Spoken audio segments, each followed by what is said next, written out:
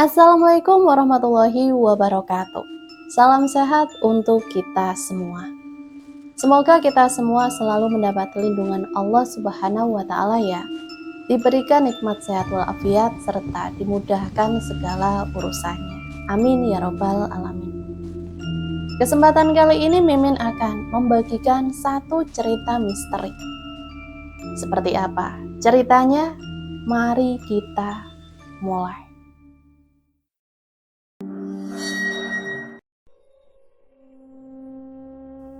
Kabut pagi turun perlahan dari punggung Gunung Salak, menutupi atap-atap rumah penduduk yang berjejer di lereng kecil desa Sukamanah.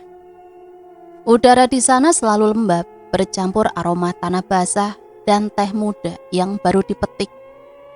Suara ayam jantan bersaut-sautan dari kejauhan, disusul denting panci dari dapur rumah-rumah kayu.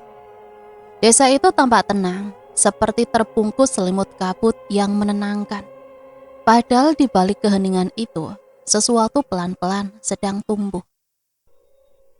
Sebuah rahasia yang kelak akan merobek ketenangan semua orang di sana. Di rumah kecil bercat putih di pinggir jalan setapak, Sari sedang menyapu halaman.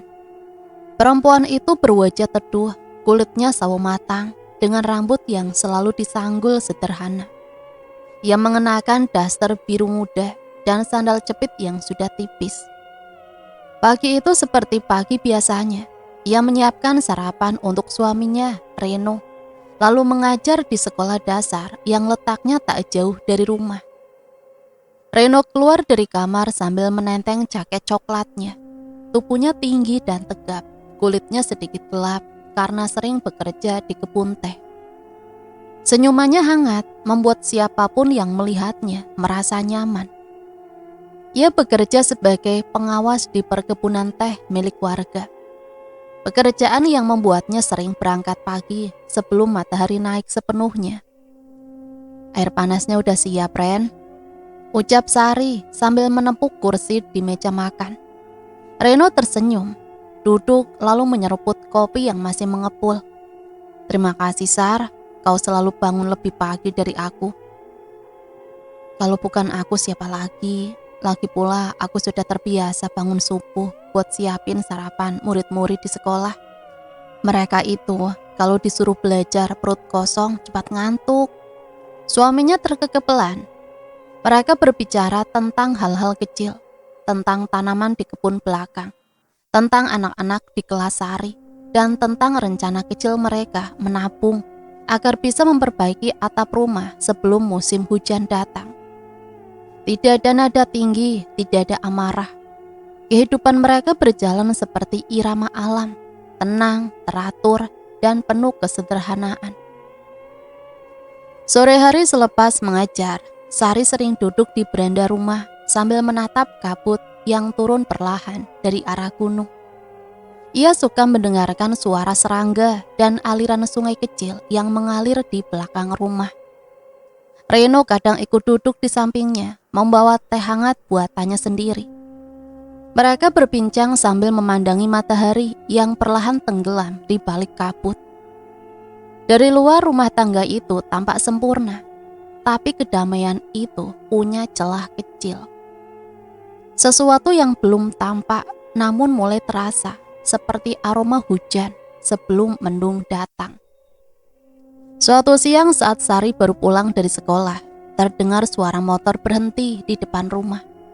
Ketika ia keluar, terlihat seorang perempuan berkerudung merah muda turun dari motor bebek tua. Wajahnya mirip Sari, tapi lebih tegas dengan senyum yang sedikit menggoda. "Mira!" Suara Sari gembira berlari kecil memeluk perempuan itu. Mira tertawa ringan. "Kangen, Sar, udah lama banget aku nggak kesini." Mereka masuk ke rumah. Reno yang sedang duduk membaca koran langsung berdiri dan tersenyum ramah. "Wah, kakak datang. Sudah lama banget ya. Gimana kabarnya, Kak Mira?" "Alhamdulillah baik," jawab Mira sambil tersenyum, duduk di kursi depan. "Kerjaan di rumah juga nggak banyak. Setelah suamiku meninggal, ya beginilah, sepi. Sari menatap kakaknya penuh empati. Ia tahu betul bagaimana kakaknya kehilangan suami dalam kecelakaan 2 tahun lalu. Sejak itu Mira sering datang ke rumah sekedar mengobrol, menumpang tidur, atau hanya untuk menikmati teh hangat buatan Sari. Hubungan mereka sangat dekat seperti saudara yang tak terpisahkan. Sore itu mereka bertiga duduk bersama di ruang tamu. Reno sesekali menyelipkan candaan, membuat suasana hangat. Mira tampak tertawa lepas. Matanya sesekali memandangi Reno dengan ekspresi sulit ditebak. Sari tidak memperhatikan itu. Ia hanya bahagia melihat rumahnya ramai lagi. Malam setelah Mira pulang, Reno membantu Sari mencuci piring di dapur. Enak ya kalau ada Kak Mira di rumah. Rasanya kayak ada yang nemenin ngobrol. Kadang aku juga kasihan dia sendirian terus di rumahnya. Reno mengangguk tanpa menatap. Iya, dia kelihatan masih kesepian. Tapi kamu jangan terlalu khawatir, dia pasti kuat kok. Sari tersenyum lalu menatap wajah suaminya. Ada sesuatu disorot matanya malam itu. Tapi Sari mencoba menebak. Ia menganggapnya hanya lelah karena kerja seharian. Beberapa hari berikutnya, Mira semakin sering datang. Kadang pagi, kadang sore, bahkan pernah menginap 2 malam karena katanya takut sendirian. Sari tidak keberatan. Ia bahkan senang karena bisa berbagi cerita dan tawa dengan kakaknya lagi. Reno pun tampak tidak keberatan, bahkan sering membantu Mira memperbaiki hal-hal kecil di rumahnya, seperti memperbaiki pintu dapur atau pompa air yang rusak. Namun ada momen kecil yang mulai terasa aneh bagi Sari. Suatu sore ketika ia pulang dari sekolah lebih awal, dari kejauhan ia melihat Reno sedang duduk di beranda bersama Mira. Mereka tampak tertawa. Reno menatap Mira dengan senyum yang jarang ia tunjukkan bahkan pada Sari sendiri. Namun saat Sari muncul, keduanya langsung diam sejenak. Lalu Reno berdiri dan menyambutnya seperti biasa. Sari tidak menanyakan apa-apa, ia hanya menatap sebentar lalu tersenyum kecil. Malamnya ketika ia berbaring di ranjang, Sari menatap langit-langit kamar. Suara jangkrik terdengar dari luar, berpadu dengan desiran angin dari arah gunung. Ada perasaan yang sulit dijelaskan di dadanya. Bukan cemburu, bukan curiga. Hanya perasaan aneh yang membuat dadanya sesak sesaat. Ia menarik nafas panjang, menatap Reno yang sudah terlelap di sebelahnya. Mungkin cuma pikiranku saja, bisiknya pelan. Ia memejamkan mata, mencoba tidur. Tapi sebelum benar-benar tertidur, Sari sempat melihat bayangan di jendela. Bayangan 2 orang yang berdiri berdampingan di bawah cahaya bulan. Ketika ia bangun untuk memastikan tak ada siapa-siapa di luar. Hanya kabut tipis yang bergerak perlahan menutupi halaman rumah. Pagi berikutnya kabut kembali turun dari Gunung Salak, lebih tebal dari biasanya. Burung-burung hutan tak bersuara dan udara terasa lebih dingin. Sari menyapu halaman sambil menatap ke arah kebun teh yang diselimuti kabut. Di dalam rumah, suara tawa Reno dan Mira terdengar samar. Ia tersenyum kecil sambil bergumam, mereka akrab sekali ya. Ia tidak tahu, di balik kabut yang lembut itu, badai sedang bersiap, menghancurkan ketenangan hidupnya. Kabut yang semula lembut itu kini berubah menjadi hujan pertama di lereng Gunung Salak. Butiran air turun perlahan, membasahi daun teh yang berjajar rapi di kebun. Udara menjadi lebih dingin dan aroma tanah basah memenuhi udara. Sari berdiri di teras rumah, menatap rinai hujan yang jatuh dengan ritme lambat. Seolah bumi sedang menghela nafas panjang. Di dalam rumah terdengar suara ketukan panci dari dapur, diikuti tawa kecil Reno yang sedang bercakap dengan seseorang. Sari menoleh ke dapur. Ia melihat Reno sedang berbicara di telepon sambil tersenyum. Suaranya rendah dan lembut, nada yang biasanya hanya digunakan saat bicara dengan dirinya. Sari memiringkan kepala, berusaha mendengar lebih jelas. "Ya, nanti aku bantu, jangan khawatir. Aku sempet kok," ucap Reno dengan nada hangat. Sari berpura-pura tidak memperhatikan, meski dalam hatinya timbul rasa aneh. Telepon ditutup dan Reno keluar dengan wajah biasa. "Siapa?" tanya Sari ringan. "Ah, itu Kak Mira. Pompa air di rumahnya rusak lagi," jawab Reno sambil mengenakan jaket. "Sekalian mau aku lihat sore ini sebelum maghrib." Sari mengangguk pelan, meski dalam hatinya terlintas sesuatu. Sejak beberapa minggu terakhir, Reno memang sering ke rumah Mira dengan alasan membantu ini dan itu. Kadang memperbaiki genteng, kadang memperbaiki lampu. Sari tidak menaruh curiga, hanya sedikit merasa aneh karena intensitasnya terlalu sering. Sore itu hujan belum juga berhenti. Reno tetap berangkat dengan motor tuanya. Sementara Sari duduk di dekat jendela, menatap hujan yang menetes dari atap. Ia mencoba mengalihkan pikiran dengan menulis catatan pelajaran untuk besok. Tapi pikirannya terus melayang pada Reno dan Mira. Beberapa jam berlalu dan matahari mulai tenggelam. Lampu rumah sudah menyala, tapi Reno belum juga pulang. Saat itulah dari pantulan kaca jendela, Sari melihat sesuatu. Bayangan seseorang berdiri di luar rumah. Tubuhnya samar, tertutup hujan dan kabut. Sari menatap keluar, tapi halaman kosong. Ia mengusap kaca jendela yang basah, memastikan penglihatannya tidak salah. Tidak ada siapa-siapa. Namun sebelum ia menutup korden, bayangan itu muncul lagi. Kali ini lebih dekat, seperti sosok perempuan berdiri di antara kabut. Hanya sesaat, tapi cukup membuat jantungnya berdetak kencang. Pintu terbuka, Reno masuk dengan pakaian basah kuyup, membawa plastik berisi sayuran. "Dingin banget di luar," katanya sambil menggosok tangan. Sari menatapnya. "Kak Mira gak kasih kamu payung. Dia gak di rumah, katanya keluar ke warung, jadi aku pulang aja." Nada suaranya datar, dan Sari hanya mengangguk. Ia ingin bertanya lebih jauh, tapi menahan diri. Malamnya Sari duduk di dapur, menyiapkan makan malam. Reno sudah berganti pakaian, dan kini sudah menjemur jaket di dekat tungku api. Saat Sari berjalan melewatinya, ia mencium sesuatu. Bau harum lembut seperti minyak bunga melati. Bukan bau khas kebun teh, bukan bau sabun biasa, tapi wangi asing yang menusuk lembut hidungnya. Sari berhenti sejenak. "Ren, kamu pakai minyak wangi baru ya?"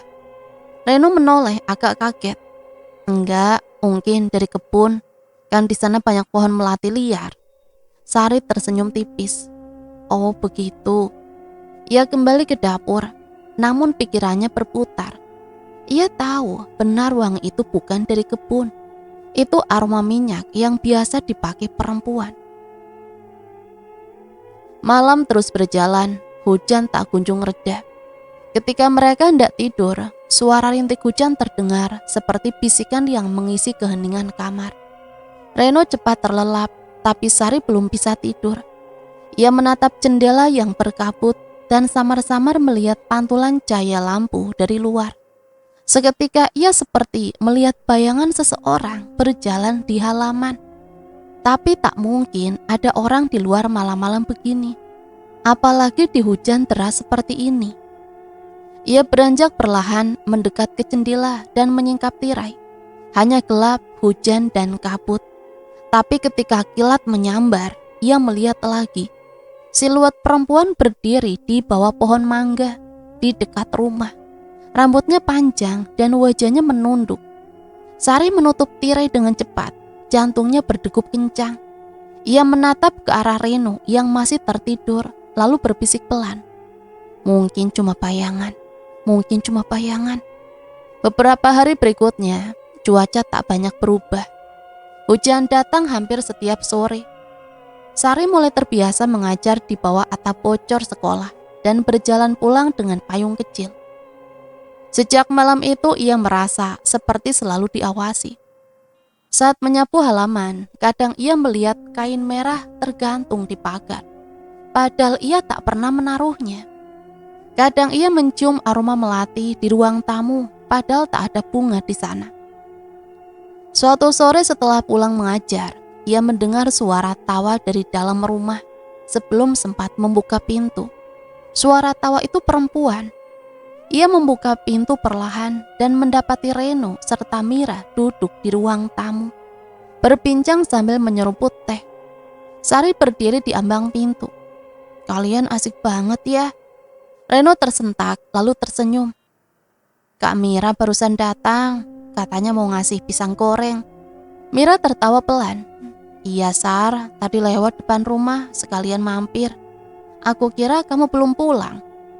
Sari berusaha tersenyum. "Iya, nggak apa-apa." Ia duduk di sebelah mereka, mencoba ikut dalam percakapan. Tapi suasananya terasa lain. Reno tampak lebih hidup saat berbicara dengan Mira. Tatapannya lembut, senyumannya tulus, seolah ada sesuatu yang tidak dimilikinya saat berbicara dengan Sari. Setelah Mira pulang, Sari membereskan gelas di meja. Reno beranjak ke kamar tanpa berkata banyak. Saat mencuci piring, Sari memperhatikan gelas yang tadi dipakai Reno. Di bibir gelas masih tertinggal bekas lipstik samar berwarna merah muda. Tangannya berhenti di atas air. Ia menatap bekas itu lama, sampai akhirnya memutuskan untuk membuang gelasnya ke tempat sampah. Malam itu hujan kembali turun. Sari duduk di ruang tamu sendirian. Lampu redup berkedip-kedip tertiup angin. Ia membuka sedikit jendela, membiarkan udara dingin masuk, lalu menatap keluar. Kabut menebal. Di antara gelap dan remang, matanya menangkap sesuatu. Dua bayangan di kejauhan, di tepi kebun teh. Mereka berdiri, berdekatan, lalu perlahan, seperti saling mendekap. Sari menyipitkan mata, berusaha mengenali. Tapi jarak dan kabut membuatnya sulit melihat jelas. Namun ketika kilat menyambar langit, sesaat wajah mereka terlihat. Reno dan Mira. Sari tertegun, nafasnya tercekat. Ia mundur, menutup jendela dengan cepat, lalu berlari ke kamar. Reno tidur di ranjang dengan wajah tenang, seperti tidak terjadi apa-apa. Sari berdiri di tepi ranjang, menatap wajah suaminya dalam diam. Dan perlahan air mata mengalir di pipinya. Ia memejamkan mata, berharap itu hanya mimpi. Tapi malam itu ketika akhirnya ia tertidur, mimpi yang datang justru menegaskan firasat buruknya. Dalam mimpi ia kembali berada di kebun teh. Hujan turun deras dan di antara kabut tebal ia melihat dua sosok berpelukan di bawah pohon teh besar. Ketika ia mendekat, mereka menoleh bersamaan. Wajah mereka, Reno dan Mira. Sari terbangun dengan tubuh berkeringat dan jantung berdetak cepat. Udara kamar terasa pengap dan dari luar jendela terdengar suara hujan yang belum berhenti sejak sore. Ia memeluk dirinya sendiri sambil menatap gelap di luar. Untuk pertama kalinya sejak menikah, Sari merasa rumah itu bukan lagi tempat yang hangat. Ada sesuatu yang berubah, sesuatu yang tidak bisa ia jelaskan. Dan jauh di dalam hatinya, firasat buruk itu mulai tumbuh pelan-pelan, seperti benih gelap yang menunggu saat untuk tumbuh menjadi malapetaka. Firasat buruk itu terus menghantui Sari selama berhari-hari. Setiap kali ia menatap Reno, selalu ada pertanyaan yang menumpuk di kepalanya, tapi tak pernah terucap. Ia masih berharap semuanya hanya prasangka, bahwa bayangan di kebun teh, mimpi di bawah hujan, dan aroma melati yang menempel di tubuh suaminya hanyalah permainan pikirannya sendiri. Tapi semakin ia berusaha mengabaikan, semakin kuat perasaan itu mencekik dadanya. Malam itu hujan turun lagi. Udara lembab dan suara serangga bercampur dengan gemericik air dari talang rumah. Reno tertidur lebih awal, sementara Sari masih duduk di meja makan, menulis rencana pelajaran untuk murid-muridnya esok hari. Pandangannya kosong, pikirannya jauh melayang. Sesekali ia menatap ke arah kantor, memperhatikan nafas Reno yang teratur di balik pintu setengah terbuka. Ketika matanya mulai terasa berat, Sari beranjak hendak membereskan meja. Saat ia memungut jaket Reno yang tergantung di kursi, sesuatu terjatuh dari saku. Selembar kertas yang terlipat rapi. Ia membungkuk mengambilnya. Awalnya ia pikir itu hanya catatan kerja atau daftar belanja. Tapi ketika dibuka, hatinya langsung berdegup keras. Tulisan di atas kertas itu halus dan miring ke kanan. Jelas bukan tulisan Reno. Huruf-hurufnya kecil dengan titik-titik di setiap satu yang diberi tekanan lembut. Tanda yang ia kenal betul itu tulisan tangan Mira. Tangan Sari gemetar. Ia membaca perlahan kata demi kata di bawah cahaya lampu yang temaram. Aku rindu seperti dulu. Rasanya aneh menunggu malam tanpa pesanmu. Kalau sempat datanglah seperti biasa. Aku janji tak akan ada yang tahu, cukup kita berdua. Tidak ada tanda tangan, tidak ada nama. Tapi Sari mengenal tulisan itu. Seperti mengenal suara kakaknya sendiri. Kertas itu bergetar di tangannya. Ia menatapnya lama, tidak menangis, tidak berteriak. Hanya diam. Diam yang sangat panjang dan sunyi. Dalam diam itu seolah seluruh suara dunia lenyap. Berganti dengan bunyi detak jantungnya yang terdengar jelas di telinganya sendiri. Ia melipat surat itu perlahan dan menaruhnya di atas meja. Kemudian ia duduk kembali memandangi kopi yang sudah dingin. Pagi harinya Reno bangun seperti biasa. Ia tersenyum, menanyakan sarapan, lalu berangkat bekerja. Sari hanya menjawab singkat dengan nada yang lebih datar dari biasanya. Tidak ada amarah, tidak ada tatapan tajam. Ia hanya menjadi lebih tenang, terlalu tenang, hingga Reno tak menyadarinya. Sepeninggal Reno, Sari membuka surat itu lagi. Ia mencoba mencari alasan. Mungkin itu hanya salah paham, mungkin surat lama yang tidak penting. Tapi isi kalimat itu terlalu segar, terlalu hidup. Kalimat datanglah seperti biasanya, menggaung di kepalanya, seperti bisikan jahat yang tak bisa diusir. Suatu malam ketika ia sedang mencuci piring di dapur, terdengar suara sesuatu jatuh dari ruang tamu. Ia berjalan perlahan, melihat piring yang semula ia letakkan di meja, kini tergeletak di lantai, pecah. Tidak ada angin, tidak ada kucing. Hanya hening. Ia menunduk, menghela nafas panjang, lalu memunguti pecahan itu satu persatu. Tapi saat ia bangkit dari pantulan kaca lemari di ruang tamu, ia melihat sesuatu. Bayangan perempuan berdiri di belakangnya.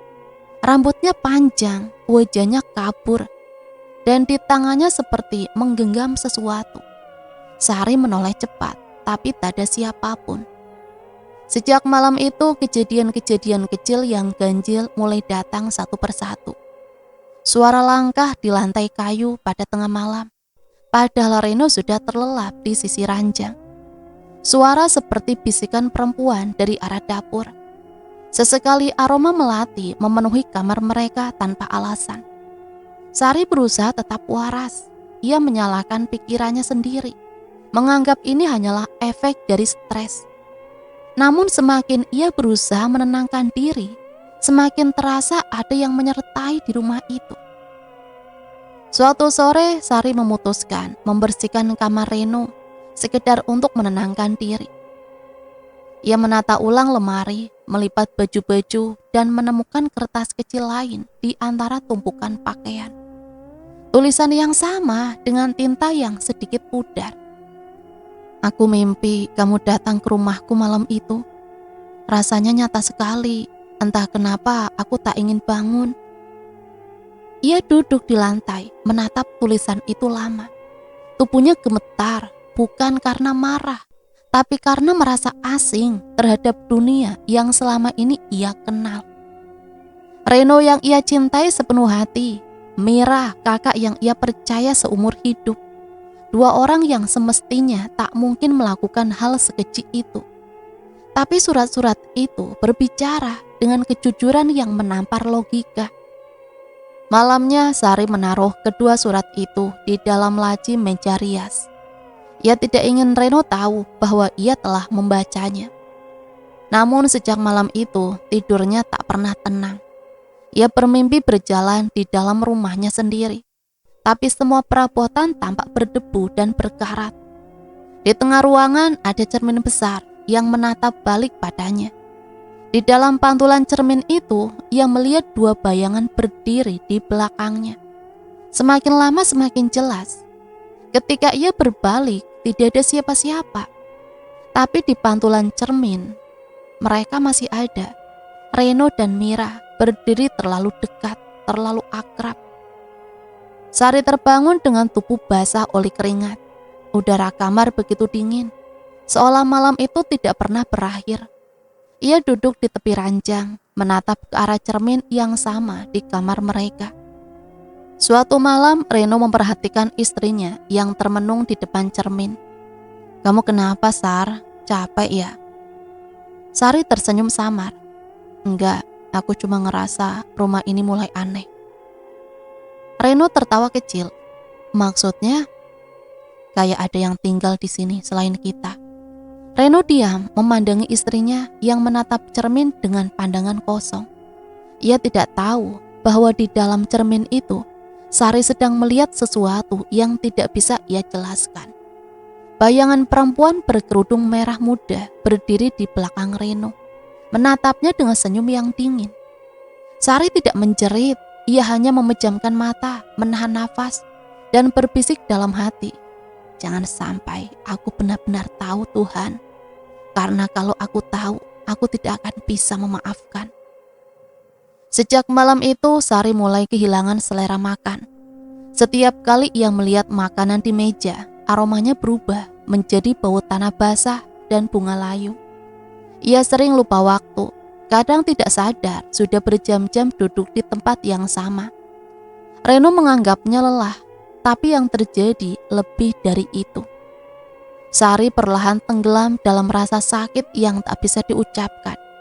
Dan di antara semua itu, surat-surat yang tak pernah dikirim tetap tersimpan di laci, menjadi saksi bisu pengkhianatan yang kelak akan membangkitkan sesuatu yang jauh lebih gelap dari sekedar rasa kecewa.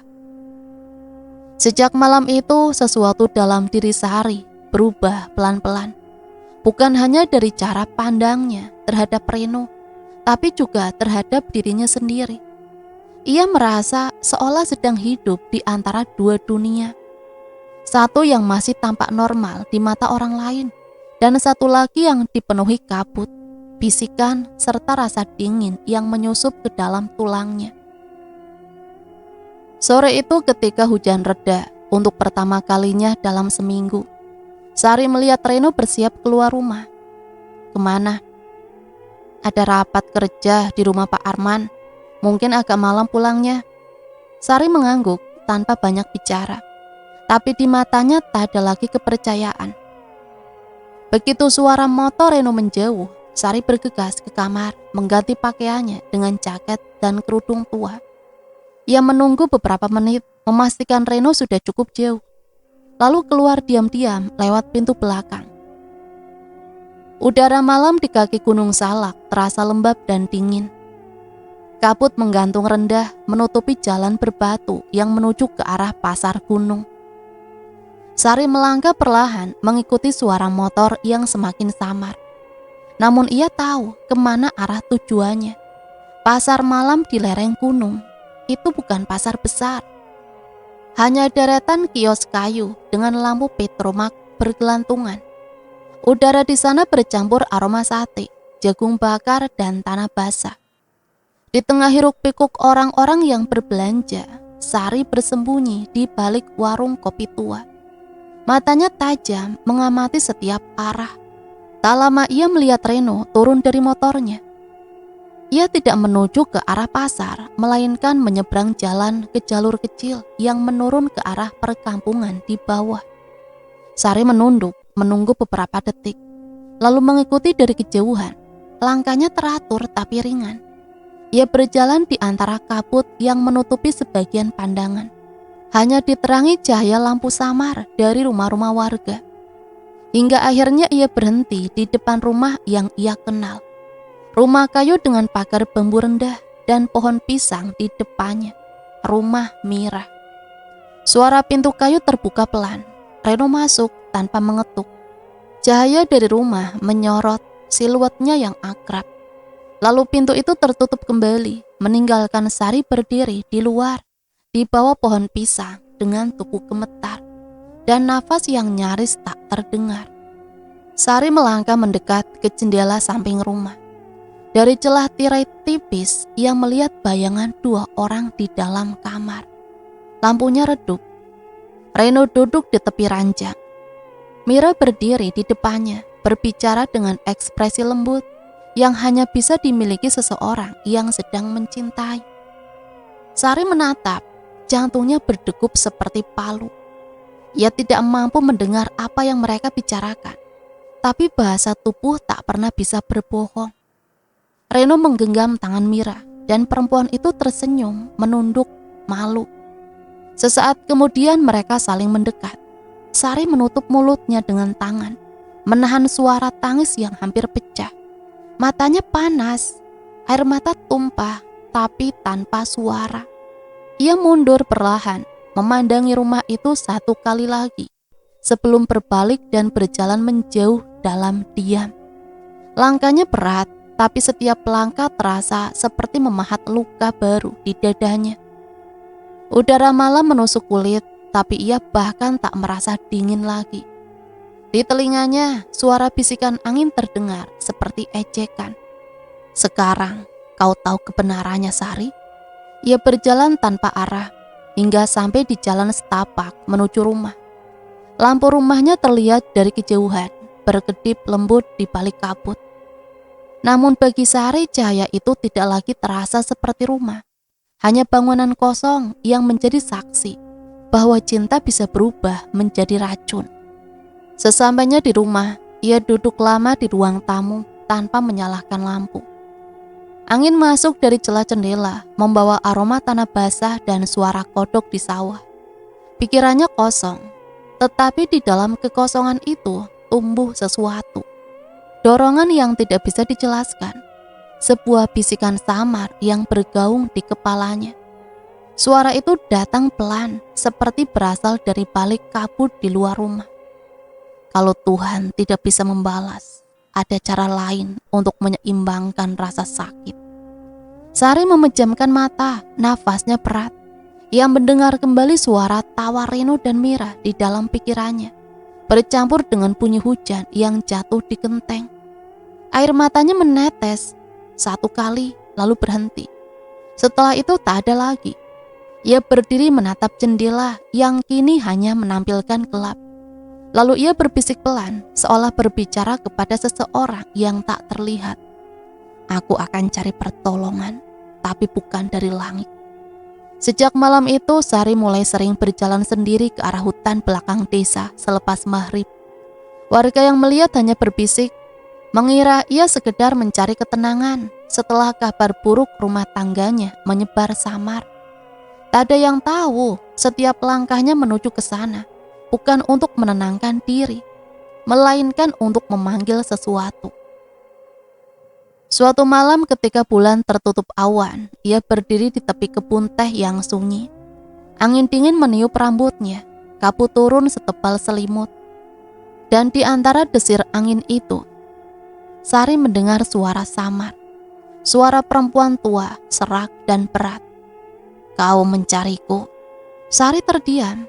Suara itu datang dari arah hutan Cibalai, tempat orang-orang jarang berani mendekat. Ia tidak menjawab, hanya menatap ke arah kegelapan. Kalau benar kau ingin balas dendam, datanglah esok malam. Bawa sesuatu yang milik mereka. Suara itu kembali menghilang, seolah kabut menelannya. Sari berdiri lama di tempatnya. Tubuhnya kaku, tapi pikirannya bekerja cepat. Ia tahu apa yang akan ia lakukan. Dalam hatinya tak ada lagi keraguan. Hanya satu keinginan yang kini membakar pikirannya, membuat keduanya merasakan sakit yang sama. Hari itu Sari tidak mengajar, ia hanya duduk lama di depan cermin, memandangi wajahnya sendiri yang tampak lebih pucat dari biasanya. Di sudut meja rias ada segumpal rambut Reno yang ia kumpulkan dari sisir semalam, digulung rapi dengan benang hitam. Di sampingnya tergeletak sepotong kain kecil yang dulu milik Reno. Kini ia lipat halus dan memasukkan ke dalam tas. Ia tahu malam nanti akan ada pertemuan yang mengubah segalanya. Ketika matahari mulai turun, Sari mengenakan jaket tebal dan menutup kepalanya dengan kerudung hitam. Ia berjalan tanpa berkata apa-apa pada siapapun. Jalan setapak menuju hutan. Hanya suara kodok dan jangkrik yang mengiringi langkahnya. Kabut menggantung rendah menutupi pepohonan yang berdiri seperti bayangan raksasa di kejauhan. Orang-orang desa jarang sekali berani ke hutan itu. Mereka percaya di dalamnya tinggal makhluk-makhluk yang tak mengenal waktu, penunggu, arwah penasaran, dan roh tua yang masih terikat dengan tanah. Tapi Sari tidak gentar. Ketakutannya sudah berubah bentuk menjadi keberanian gelap yang lahir dari rasa sakit. Setelah berjalan hampir setengah jam, ia melihat cahaya redup di antara pepohonan. Gubuk reot berdiri di tepi tebing kecil dengan atap ilalang yang tampak hampir roboh. Di dalamnya tercium bau dupa yang pekat bercampur anyir darah hewan. Di depan gubuk tergantung beberapa botol kaca kecil berisi cairan merah dan rambut manusia. Masuk saja, Nak. Aku sudah tahu kau akan datang. Sari membuka pintu perlahan. Ruangan itu gelap, hanya diterangi oleh nyala lampu minyak yang berkedip. Di pojok ruangan duduk seorang perempuan tua dengan rambut panjang beruban dan kulit keriput kecoklatan. Kau membawa milik mereka. Sari mengeluarkan rambut Reno dan sehelai kain dari tasnya, menyerahkannya dengan tangan gemetar. Kau tahu, apa yang kau minta akan dibayar mahal. Setiap dendam punya harga. Tidak ada darah yang tertumpah tanpa mengikat satu jiwa lain. Mak, aku tidak peduli. Aku sudah kehilangan segalanya, Mak. Mak Jira tersenyum miring, senyum yang lebih mirip luka daripada kehangatan. Kalau begitu, kau sudah siap. Ia mengambil rambut Reno, meletakkannya di atas kain. Lalu ia mengeluarkan sesuatu dari ranjang tua. Seekor ayam hitam, matanya merah menyala dalam cahaya lampu minyak. Dengan gerakan cepat, Mak Jirah menghunus pisau kecil dan memotong leher ayam itu. Darahnya menetes ke mangkok tanah liat. Sari menahan nafas, tapi matanya tetap menatap. Tak ada rasa takut, hanya tatapan kosong yang menyimpan tekad. Dari kain lusuh yang ia siapkan, Mak Jira mulai membentuk boneka kecil. Ia memasukkan rambut Reno ke dalamnya, kemudian mengikat tubuh boneka dengan benang hitam berlapis-lapis. Setelah itu, ia mencelupkan boneka itu ke dalam mangkok berisi darah ayam. Darah dari yang tidak bersalah akan memanggil roh penuntut. Tapi begitu darah menempel di tanah, tidak ada jalan kembali. Sari mengangguk perlahan. Perempuan tua itu melafalkan mantra dengan suara serak dan berat. Bahasa yang diucapkannya terdengar seperti bisikan dari masa lalu, asing tapi menggertakkan udara. Dupa yang dibakar mulai mengepulkan asap tebal, dan selapu dupa itu seolah muncul bayangan-bayangan kecil menari di dinding gubuk. Ketika mantra berhenti, Mak Jira membuka matanya dan menatap Sari. Sekarang kau harus menanamnya di bawah pohon nangka dekat sumur tua. Di sanalah roh-roh suka berkumpul. Sari mengambil boneka itu dengan hati-hati. Rasanya hangat seperti baru saja bernyawa. Mak Jira menatapnya sekali lagi. Ingat, Nak, setelah ini jangan menangis, karena setiap air mata akan memanggil arwah untuk datang menagih. Sari tidak menjawab, hanya menunduk dan melangkah keluar dari gubuk. Malam semakin gelap dan kabut turun lebih pekat. Dari kejauhan terdengar lolongan anjing bersautan panjang. Ia berjalan menuju arah sumur tua di pinggir kebun. Tempat itu sepi, bahkan pepohonan di sekitarnya tampak diam, seperti menahan nafas. Di bawah pohon nangka besar, ia mulai menggali tanah dengan tangannya sendiri. Ia menatap boneka yang kini basah oleh darah ayam. "Ini untuk kalian," bisiknya pelan. Suaranya nyaris tak terdengar.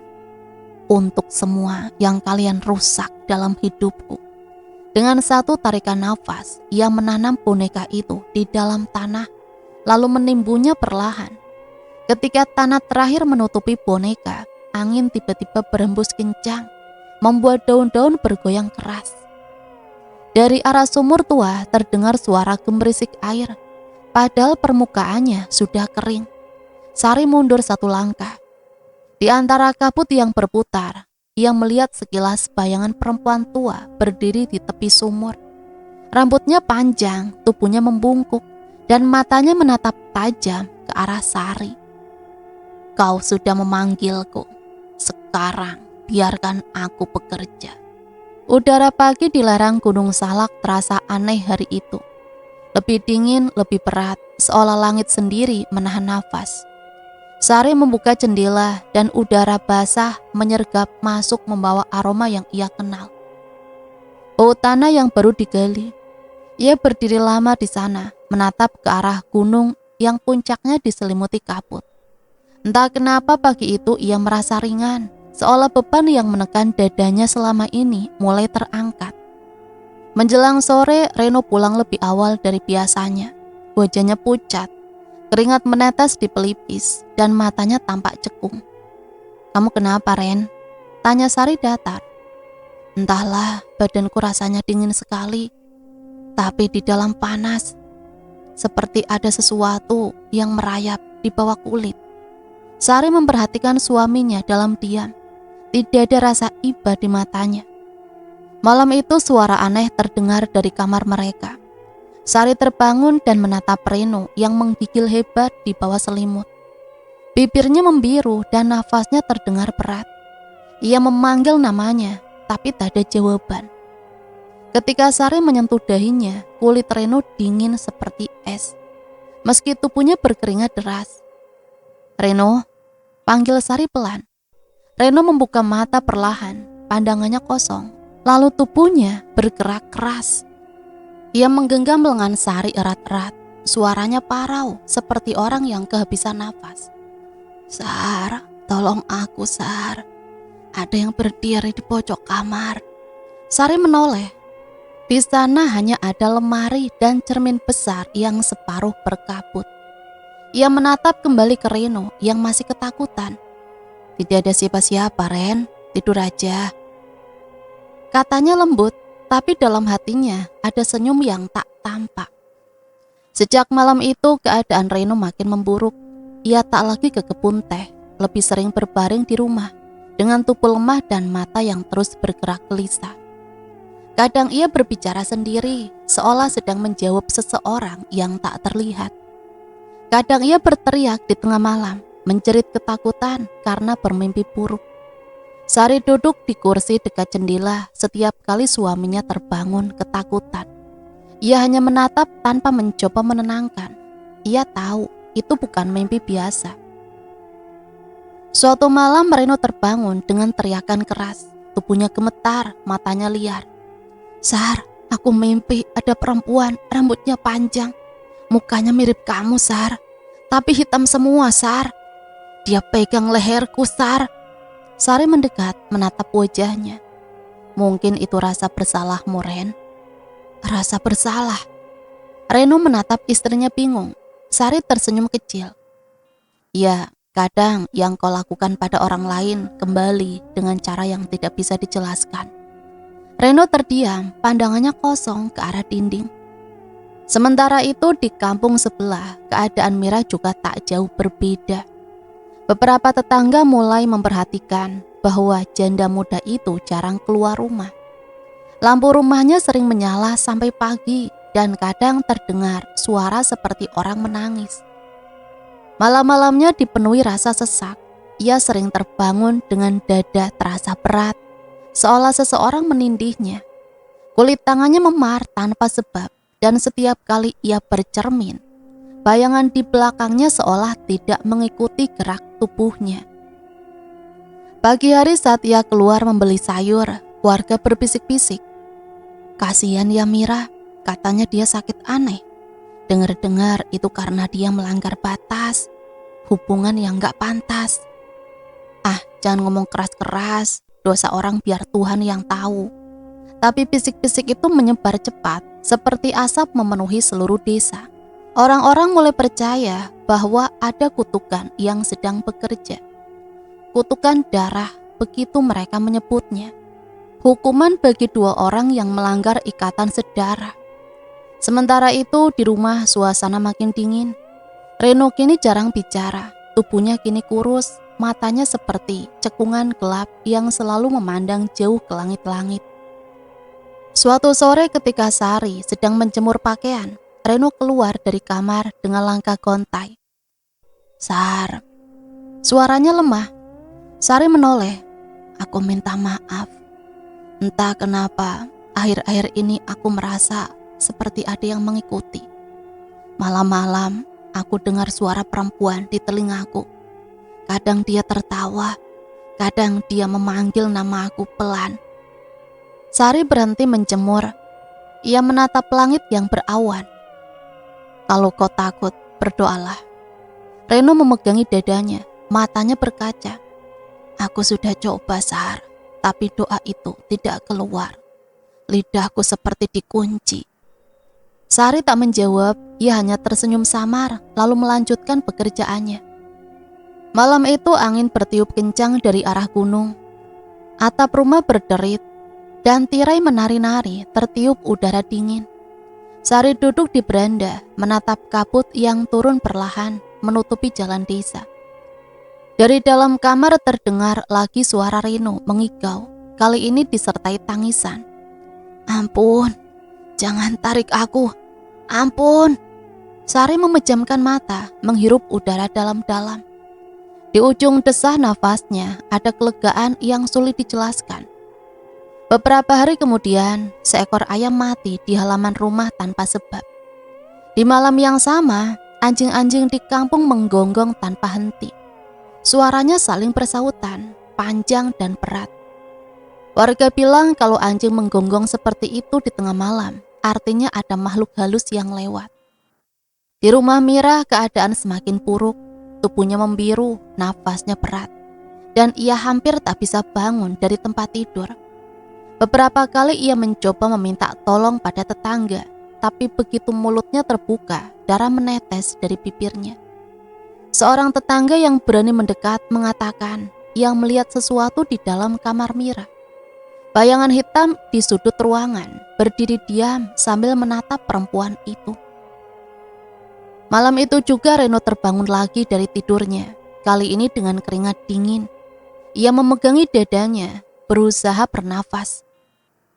"Sar, aku lihat dia lagi, Sar." Sari tidak menoleh. "Siapa perempuan itu? Dia berdiri di ujung ranjang.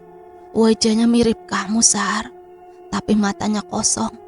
Setiap aku menutup mata, dia mendekat, Sar." Sari memandangi cangkir teh di tangannya. "Mungkin itu bukan mimpi, Ren. Apa maksudmu?" Kadang sesuatu yang kita lakukan dengan sadar akan dikembalikan dengan cara yang sama. "Tolong aku, Sar." Sari berdiri, berjalan mendekat, lalu menatapnya dengan dingin. "Tidak, Ren, sekarang giliranmu merasakan apa itu kesepian." Ia meninggalkan kamar tanpa menoleh. Sari duduk di beranda, memandangi kabut yang menelan pemandangan desa. Di langit petir menyambar sekali, menerangi lereng Gunung Salak yang tampak hitam dan diam. Ia menarik nafas panjang, lalu tersenyum tipis. "Sudah mulai ya," bisiknya pelan. Di kejauhan terdengar suara angin berputar, membawa gemas samar yang tak bisa dijelaskan. Dan di rumah-rumah warga, lampu berkedip lemah, seolah tahu kutukan yang disemai di bawah pohon nangka itu telah bangkit, menuntut janjinya. Kabut masih menggantung di udara, menelan sebagian pemandangan desa. Udara lebih dingin dan angin lebih berat, dan malam-malam terasa lebih panjang dari biasanya. Warga mulai merasakan keganjilan yang sulit dijelaskan. Beberapa warga bahkan mengaku mencium bau bunga kantil di udara tanpa tahu dari mana asalnya. Dan malam itu, malam Jumat Kliwon, langit terlihat seperti sedang menahan hujan yang belum juga turun. Sari duduk di beranda mengenakan selendang coklat. Ia menatap jauh ke arah rumah Mira di seberang bukit yang hanya tampak sebagai titik cahaya samar di antara pepohonan. Suara petir pertama menggelegar, memecah langit. Hujan pun turun deras menghantam atap rumah dan jalanan tanah dengan suara yang menggema. Malam itu sesuatu bergerak di rumah Mira. Suasana terasa berat, angin meniup tirai jendela hingga berkibar, membuat lampu bergoyang dan bayangan di dinding menari-nari. Mira berbaring di ranjangnya dengan tubuh menggigil. Sejak sore badannya panas tinggi, tapi kulitnya membiru seperti orang kedinginan. Nafasnya pendek, dadanya naik turun cepat. Ia mencoba bangkit namun gagal. Setiap kali mencoba berdiri, ada rasa berat di punggungnya. Seolah seseorang sedang duduk di sana. Dari luar terdengar suara petir menyambar lagi, diikuti oleh lolongan anjing yang panjang dan serempak. "Reno," bisiknya pelan. Suaranya parau menatap ke pintu rumah yang terbuka sedikit. Dalam redup cahaya lampu, tampak seorang berdiri di sana. Tubuh tinggi mengenakan pakaian gelap, wajahnya tertutup bayangan. Langkah itu pelan tapi berat dan tahu persis siapa yang datang. "Reno, Reno, kau datang Reno." Namun Reno tak menjawab. Ia berjalan masuk tanpa suara. Matanya kosong, langkahnya goyah, tubuhnya pucat. Dan dari ujung pakaiannya meneteskan air hujan yang berwarna hitam ke lantai. Mira melangkah mendekat dengan sisa tenaga yang ada. "Kau juga sakit ya?" Reno berhenti di depan ranjang, menatap Mira lama sekali. Lalu dari bibirnya keluar suara serak seperti orang menahan nyeri. "Kau dengar dia memanggil kita?" Mira mengerutkan kening, ketakutan. Siapa dia?" Tiba-tiba udara di dalam rumah menjadi dingin. Lampu berkedip hebat lalu mati. Gelap total menelan ruangan itu. Dari tengah kegelapan, suara perempuan terdengar pelan, serak namun jelas. "Sudah waktunya kalian membayar." Mira menjerit, Reno membungkuk menahan sakit di dada. Nafasnya tersengal. Di tengah jeritan itu, sesuatu seperti angin berputar di dalam ruangan. Semua pintu terbuka sendiri dengan suara keras. Tirai robek, tertiup badai, dan dari luar jendela tampak sekelebat bayangan perempuan dengan rambut panjang, wajahnya separuh tertutup kabut. Bunga kantil berjatuhan dari langit-langit, kering dan layu seketika. Reno mencoba berlari, tapi tubuhnya membeku. Tangannya terangkat sendiri, matanya membelalak. Suara retakan tulang terdengar samar, disusul pekikan nyaring. Mira berusaha meraih tangannya, tapi seketika tubuhnya juga menegang. Wajahnya berubah pucat, kebiruan. Mereka saling menatap untuk terakhir kalinya sebelum nafas mereka berhenti bersamaan. Di luar rumah, warga mendengar jeritan panjang disusul suara pintu yang terbanting keras. Hujan turun semakin deras, petir menyambar bertubi-tubi. Seorang warga bernama Pak Dharma yang rumahnya tak jauh dari situ sempat keluar untuk memastikan. Tapi langkahnya terhenti di halaman. Ia melihat sesuatu yang membuat darahnya membeku. Bayangan perempuan berdiri di atap rumah Mira. Rambutnya terurai panjang, menutupi wajah dan matanya menyala merah dalam gelap. Keesokan paginya hujan sudah reda, tapi udara masih dingin. Kabut belum juga hilang, menutupi sebagian jalan desa. Warga berdatangan ke rumah Mira karena tak melihatnya keluar sejak malam sebelumnya. Pintu rumah terbuka setengah, dan ketika mereka masuk, udara di dalam terasa lembab dan pengap. Pemandangan yang mereka lihat membuat semua orang bergidik. Reno dan Mira tergeletak di lantai kamar.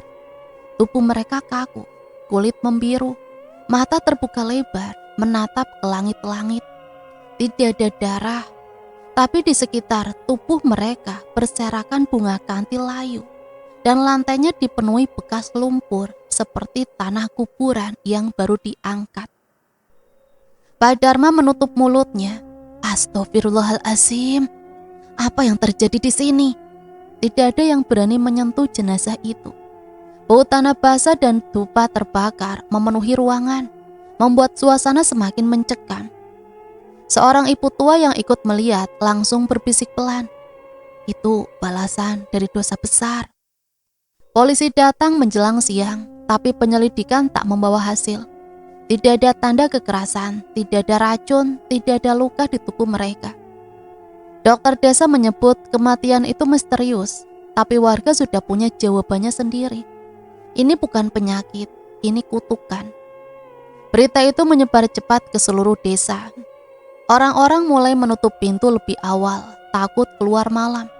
Dan setiap kali melewati rumah Mira, mereka menundukkan kepala, membaca doa dalam hati. Rumah itu menjadi sunyi, bahkan burung pun tak mau hinggap di atapnya lagi. Sementara itu, di rumah yang terletak di sisi bukit, Sari duduk di beranda. Angin pagi berembus lembut membawa aroma tanah basah yang samar-samar bercampur wangi bunga kantil. Ia menatap jauh ke arah gunung. Tempat kabut masih menggantung seperti selimut. Seekor burung gagak melintas rendah, hinggap di pagar kayu, lalu mengeluarkan suara parau. Sari menatap burung itu lama, kemudian tersenyum tipis. Sudah selesai, bisiknya pelan. Tapi setelah beberapa detik, ia menggeleng pelan dan membetulkan ucapannya. Atau baru saja dimulai. Tangannya meraih cangkir teh yang sudah dingin, matanya kosong. Tapi di ujung bibirnya ada senyum kecil yang nyaris tak terlihat. Suara azan dari masjid terdengar dari kejauhan, menandakan waktu zuhur. Namun suara itu terasa jauh, seperti datang dari dunia lain. Di sela-sela angin yang berhembus, Sari mendengar gema samar. Suara langkah kaki berjalan di atas tanah basah, diikuti suara tawa pelan seorang perempuan. Ia tahu itu bukan ilusi, itu tanda bahwa sesuatu yang ia panggil belum sepenuhnya pergi. Namun Sari tidak takut, ia justru merasa tenang. Karena di dalam ketenangan itu, ia tahu satu hal. Dendam yang ia tanam sudah tumbuh sempurna.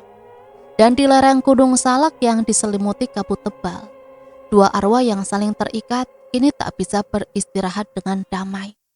Mereka mati bersama sebagaimana dosa mereka menyatu, menjadi kutukan yang tak akan pernah benar-benar berakhir. Namun bagi Sari, semua itu bukan lagi beban. Ketika fajar tiba setelah malam panjang yang penuh cerita dan doa-doa takut warga, ia duduk di beranda rumahnya, memandangi kabut yang turun perlahan. Di wajahnya tidak ada penyesalan, tidak ada air mata. Hanya keheningan yang ganjil, seperti seseorang yang baru saja selesai menutup sebuah bab kehidupan yang lama. Hari pemakaman berlangsung sederhana. Reno dan Mira dimakamkan di sisi para desa, bersebelahan atas permintaan keluarga besar yang percaya keduanya meninggal dengan takdir yang sama. Warga berdesakan di sekitar liang lahat. Sebagian berbisik pelan, sebagian lain hanya menatap tanpa berani bicara keras. Udara di pemakaman terasa dingin meski matahari menyorot terang. Ketika tanah terakhir ditimbun, angin tiba-tiba bertiup kencang, menerbangkan daun-daun kering ke arah pelayat. Sari berdiri sedikit jauh dari kerumunan. Ia mengenakan kerudung hitam dan membawa payung kecil yang tidak benar-benar ia buka. Di matanya tidak ada air mata, hanya pandangan kosong yang sesekali menatap ke arah tanah basah itu. Sudah cukup, gumamnya lirih. Hampir seperti doa, meski bukan ditujukan pada Tuhan. Setelah pemakaman usai, Sari berjalan pulang melewati jalan berbatu. Langkahnya tenang, bahkan terlalu tenang untuk seorang janda yang baru saja kehilangan suami. Beberapa warga yang lewat menatapnya dengan rasa aneh antara kasihan dan takut. Mereka berbisik, "Dia kuat sekali ya." Tapi bisik-bisik itu selalu diakhiri dengan gumaman lain. Atau jangan-jangan dia bukan sekedar kuat, dia sudah tidak sama lagi. Hari-hari setelah itu terasa sunyi bagi Sari. Tapi bukan kesunyian yang menyakitkan. Rumahnya kembali ke ritme lama, sederhana, bersih, dan tertutup bagi dunia luar. Ia tidak pernah lagi pergi ke sekolah tempatnya mengajar, tidak menulis surat ke dinas, tidak menjelaskan alasan mengapa berhenti. Ia hanya berkata singkat pada kepala sekolah yang datang menemuinya, "Saya ingin istirahat dari keramaian. Dunia terlalu ramai untuk hati yang sudah tenang." Malam menjadi waktu favoritnya. Setiap selepas maghrib, ia menyiapkan dupa dari kayu cendana dan meletakkannya di piring tanah liat kecil di beranda rumah. Asap putihnya naik perlahan, menari bersama kabut yang turun dari arah gunung. Dari tempatnya duduk, Sari bisa melihat garis samar pohon-pohon teh yang menghitam di kejauhan, seolah membentuk bayangan wajah seseorang di antara kabut. Kadang angin malam membawa suara-suara yang hanya ia dengar. Langkah kaki di jalan setapak, bisikan lembut yang menyebut namanya, atau aroma melati yang datang entah dari mana, tapi Sari tidak takut. Ia hanya tersenyum kecil, menatap jauh sambil menyalakan dupa lain. "Kalau itu kalian, datanglah tanpa dendam. Aku sudah tenang. Kalian juga harus begitu," ucapnya pelan. Namun yang aneh, setelah itu udara selalu menjadi lebih hangat untuk sesaat, lalu sunyi kembali. Beberapa warga mencoba datang menemuinya. Ada yang penasaran, ada pula yang khawatir. Seorang tetangga, Bu Rini, pernah datang membawa sayur dan bertanya pelan di teras, "Sari, kamu sendirian terus di rumah, gak takut?" Sari tersenyum lembut. "Takut itu milik orang yang punya harapan. Aku sudah tidak punya keduanya." Bu Rini diam, tak tahu harus menjawab apa. Sejak hari itu tak ada lagi yang mencoba menanyakan apapun. Kadang malam terasa panjang, tapi Sari tidak merasa sepi. Ia menikmati setiap detik kesendiriannya dengan ritual yang sama. Menyalakan dupa, duduk bersila di kursi bambu dan memandangi kabut. Di dalam rumah, foto pernikahan masih tergantung di dinding ruang tamu. Bingkainya sedikit berdebu, tapi tetap tergantung di tempat yang sama sejak hari pertama mereka menikah. Namun kini ada sesuatu yang berbeda pada foto itu. Wajah Reno perlahan tampak memudar. Awalnya samar, seperti kabut tipis menutupi warnanya. Lama-lama benar-benar pudar, hingga yang tersisa hanya siluet samar di sebelah Sari. Suatu malam ketika ia tengah menatap foto itu sambil menyalakan lilin, bayangan wajahnya di kaca bingkai terlihat tersenyum, senyum yang tenang, tapi mengandung sesuatu yang dalam, seolah ada dua wajah di sana. Sari yang masa lalu lembut dan Sari masa kini yang dingin. "Kalau kau benar-benar pergi, biarlah wajahmu hilang dari foto itu," bisiknya pada bayangan Reno. "Aku ingin rumah ini bersih dari jejakmu, tapi biarkan ingatanku tetap hidup. Karena dari sanalah dendamku tumbuh, dan dari dendam itu aku belajar apa artinya kuat." Setelah itu ia memadamkan lilin dan duduk di beranda seperti biasa. Bulan berganti tahun, musim demi musim berlalu tanpa suara. Warga sudah jarang melihat Sari keluar rumah. Awalnya mereka mengira ia masih hidup dalam kesunyian seperti biasa, menyalakan dupa setiap malam. Tapi kemudian semakin lama tak ada lagi tanda-tanda kehidupan di sana. Tak ada asap dapur, tidak ada lampu yang menyala, tidak ada suara pintu dibuka. Sampai suatu ketika, seorang anak desa yang mengembala kambing melintasi rumah itu. Ia melihat pintunya terbuka sedikit, di dalamnya gelap dan udara di sekitar rumah berbau dupa yang pekat. Anak itu memanggilnya pelan, "Bu Sari," tapi tidak ada jawaban. Saat ia melangkah mendekat, seekor burung gagak terbang keluar dari jendela, membuatnya tersentak. Sejak hari itu, warga menganggap rumah Sari kosong. Tapi keanehan justru dimulai setelah itu. Setiap malam Jumat, dari celah-celah dinding rumah yang retak, muncul asap putih tipis. Aroma dupa yang sama seperti dulu. Tak ada angin, tak ada orang. Tapi asap itu selalu keluar, perlahan melayang ke arah Gunung Salak. Mereka yang berani lewat di depan rumah itu malam-malam mengaku mendengar suara halus dari dalam, seperti seseorang sedang berbisik. Sudah kubilang, tidak semua dosa butuh maaf. Desa Sukamanah akhirnya mulai menghindari jalur depan rumah itu. Jalan setapak yang dulu ramai dilewati anak sekolah, kini dibiarkan ditumbuhi semak dan ilalang. Hanya beberapa orang tua yang kadang berhenti di kejauhan menatap rumah itu dengan tatapan sedih bercampur takut.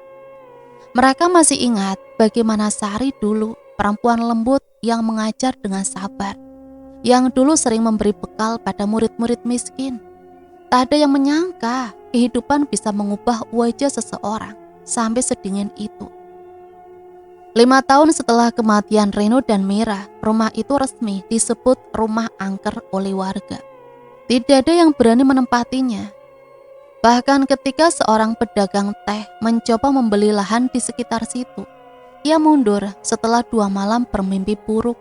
Didatangi perempuan berkerudung hitam yang duduk di beranda sambil menatap tanpa kata.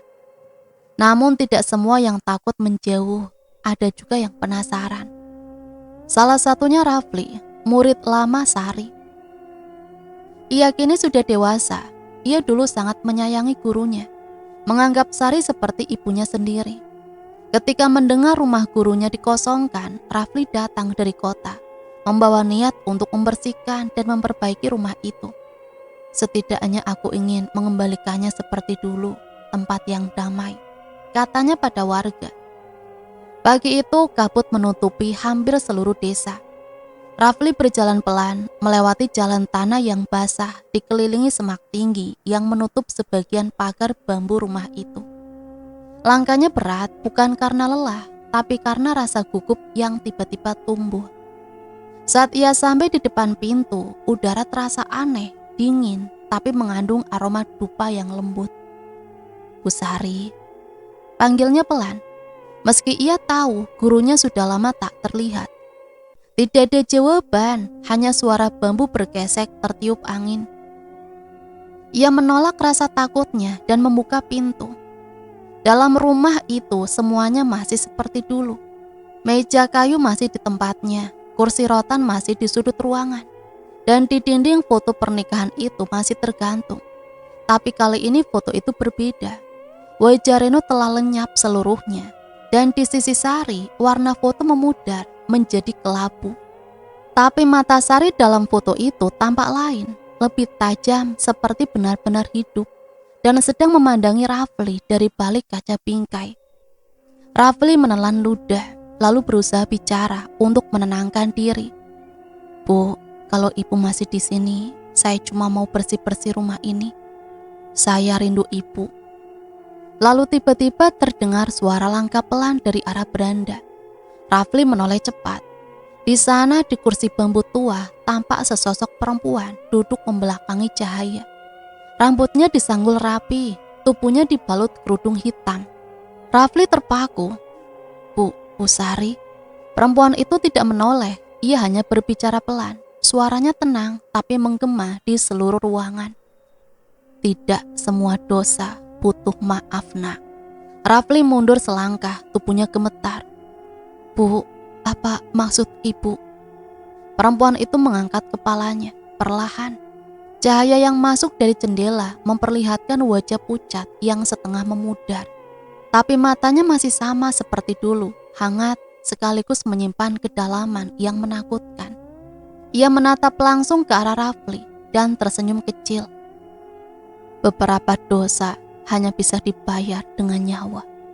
Begitu kalimat itu selesai diucapkan, asap dupa di sekeliling menebal, menyelimuti seluruh ruangan. Rafli menutup hidung lalu berlari keluar. Begitu ia tiba di jalan desa, kabut langsung menelan seluruh rumah di belakangnya. Ia menoleh, tapi beranda itu kini kosong. Tidak ada perempuan, tidak ada asap, hanya kursi bambu yang bergoyang pelan tertiup angin. Kabar itu segera menyebar. Warga kembali menutup jalan menuju rumah Sari. Sejak hari itu tak ada lagi yang berani mendekat, apalagi membuka pintu. Tapi anehnya, setiap malam Jumat, aroma dupa masih tercium di udara. Asapnya keluar pelan dari sela genteng, sama seperti dulu. Kadang terdengar suara perempuan bersenandung lembut dan panjang seperti nyanyian pengantar tidur. Dan bagi mereka yang kebetulan melintas di jalan itu, malam-malam, terkadang bisa mendengar suara lembut di antara hembusan angin. Suara itu terdengar seperti pesan samar tapi jelas di telinga. Tidak semua dosa butuh maaf. Ada yang cuma bisa dibayar dengan nyawa. Angin berhenti sejenak setelah kalimat itu berlalu. Kabut turun menutupi halaman rumah tua itu, menyelimuti pagar bambu, menelan bayangan rumah perlahan-lahan. Dari kejauhan hanya tampak atapnya yang masih berdiri di antara kabut pekat seperti menolak waktu. Dan cerita selesai sampai di sini. Semoga cerita ini bisa menemani hari-hari teman-teman semua ya. Sampai di sini Mimin pamit undur diri, mohon maaf apabila banyak salah kata. Sampai berjumpa kembali di cerita-cerita misteri selanjutnya. Matur nuwun. Wassalamualaikum warahmatullahi wabarakatuh.